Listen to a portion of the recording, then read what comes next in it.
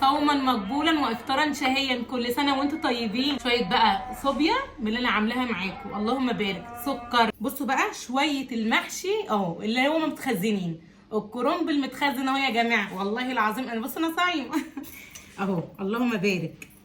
الناس اللي بتقول يتجلد يا اسماء، انا عملت صباعين كده جنب اللوبيا والرز والجلاش. عايزه اوريكم كده الصبع، طبعا موحوح سخن.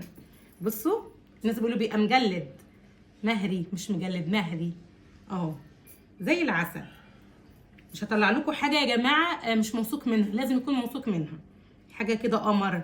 شويه بقى يا ولاد المخلل السكر دول اللي انا كنت عاملاه معاكم، لسه منزلاه دلوقتي من الدار خالص.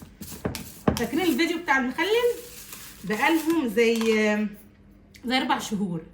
ايام الليمون كان بكام؟ الليمون كان تقريبا ب5 جنيه او ب10 جنيه.